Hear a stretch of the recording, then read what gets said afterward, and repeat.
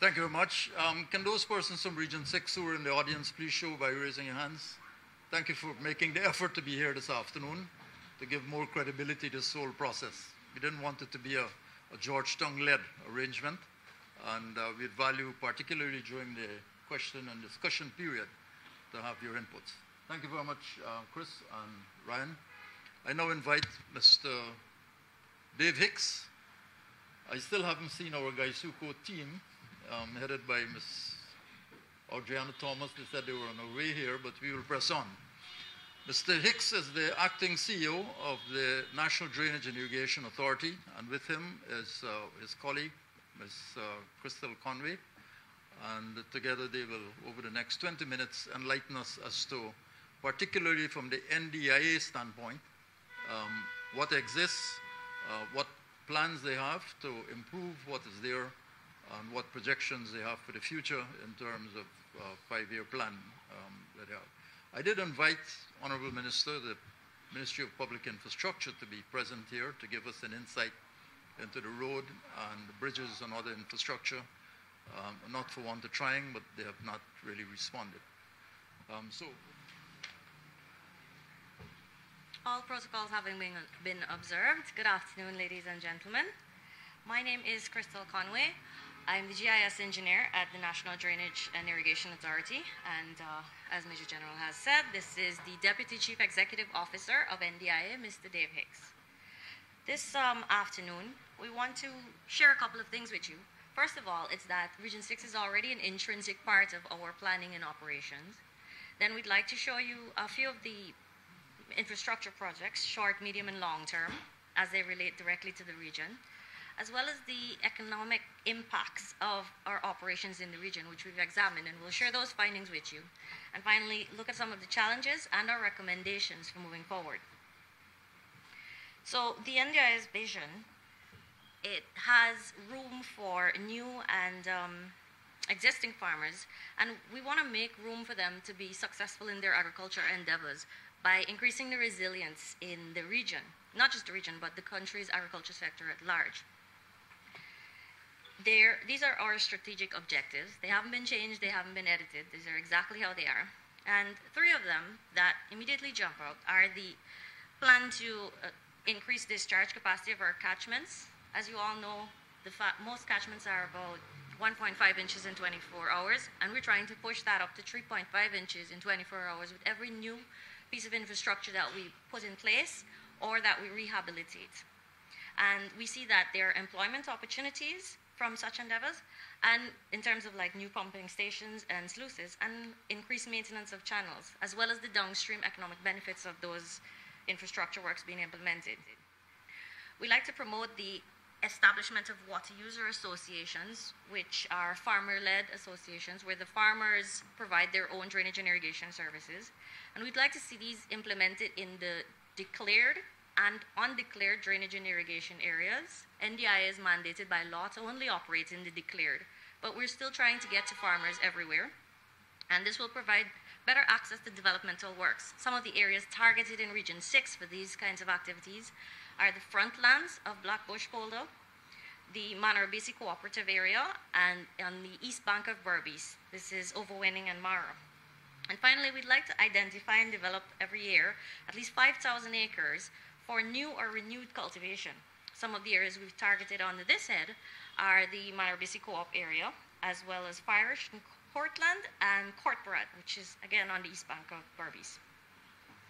This map is a little busy, forgive us, but the main blocks, the green are declared blocks are declared drainage and irrigation areas, and the red blocks are Gaisuko.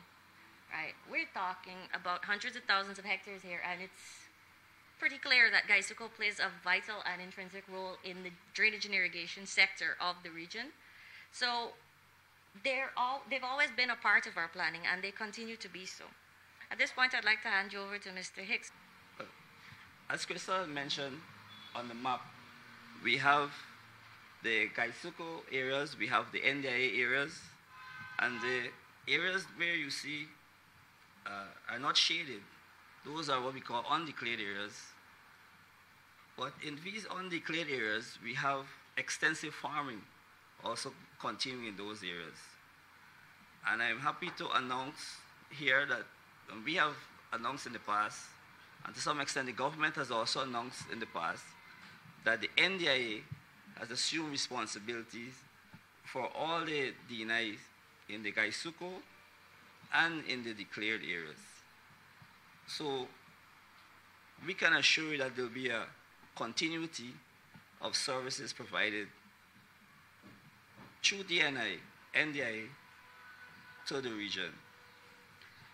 With respect to our capital program, and these programs are set through our 5-year program that NDIA had strategized to bring relief to the entire country to meet our objectives. Although it's a 5-year program, as we go along there might be some few changes. And for Region 6, this map shows the general outlay of how the expenditure over the region will continue from 2018 to 2020.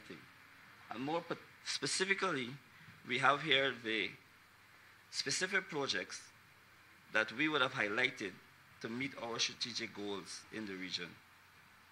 Some of the highlights would include projects to bring areas under cultivation in the Cadbrack area, the Friarish areas, some of the co-op areas in the Manabri CN, Babylon Co-op, and Blackbush Frontlands.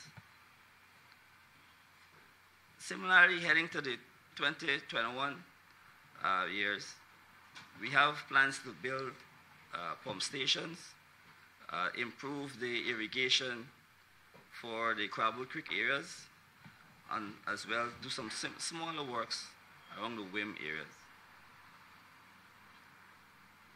When we sum all of our projects up over the next 4 years, inclusive of 2018, we see we will spend and this is the capital works. I haven't reached the current works as yet. The infrastructure projects is about $255 million per year that we plan to expend in the region. There will be construction jobs rolling over. There will be purchases of materials and so from the region.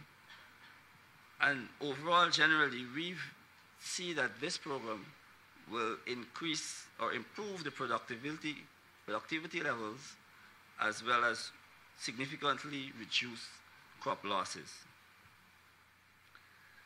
This map shows some of the areas that we have planned to continue expanding. In the red, those are the areas, and it's among them about just around 7,000 acres of land. Over the next 4 years, we plan to bring back up to optimum levels of cultivation. More particularly, I have a chart here of the areas we're targeting.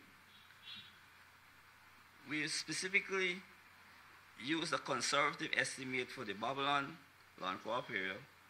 Although we've installed a pump, we've constructed a drainage channel for about $60 million there.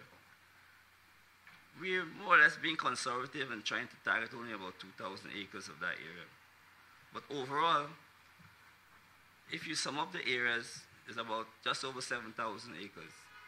Now, if you put that 7,000 acres, let's say, into rice cultivation, and at last crop rates of around $3,000 a bag, and let's say yield about 30 bags an acre, the paddy price, or the value of the paddy price without taking out costs and for overheads and so on, is about close to $1 billion if our plan, or providing our plan, meets fruition.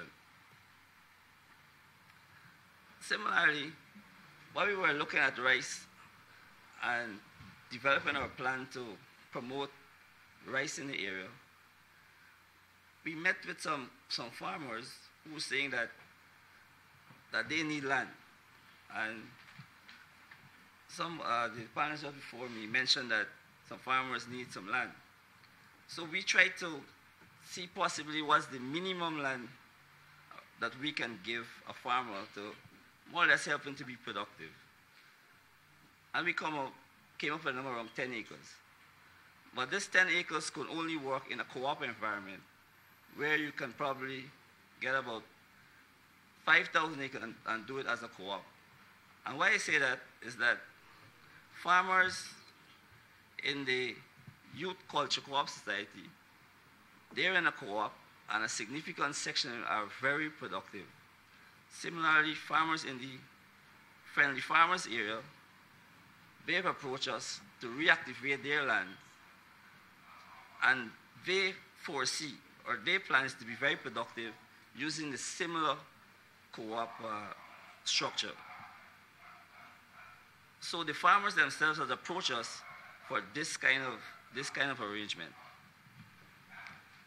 Now every year, for manual cleaning of trenches and that's the DNI channels in Region 6, we spend about $91 million to clean these trenches manually. But about 50% of these channels are maintained by farmers themselves. And the ideology behind this is that if you're planting in a particular area, you would want to maintain this channel. And we more or less subsidize the cost for the maintenance of this channel. But after careful consideration of this, we found that the farmers themselves who are benefiting from this subsidized cleaning, they're also benefiting from the contracts to do the cleaning, execute the cleaning. And we are actively looking at this right now to see if we can redirect those sums of money for cleaning towards persons who, let's say, are employed or persons who came off from the Gaisuku area. Now, I must say that water user associations are more so self-managed by a board themselves, so it may take some prodding in that direction. The data is very important. Even in assessing the economic impacts of the closure of Gaisuku, you need data and information to truly monitor and evaluate it over time. Similarly, for our infrastructure projects, I would admit that there's been a deficiency at our end to truly monitor the impacts of infrastructure projects, and maybe not necessarily DNI alone, but throughout the infrastructure development of the country. And we see this as the area that we need to improve on to estimate the true value of a project. Similarly, in Region 6, we have many different players responsible for the DNI sector. We have the RDC, Regional Section, we have the NDIA, the NDC, and the Town Council.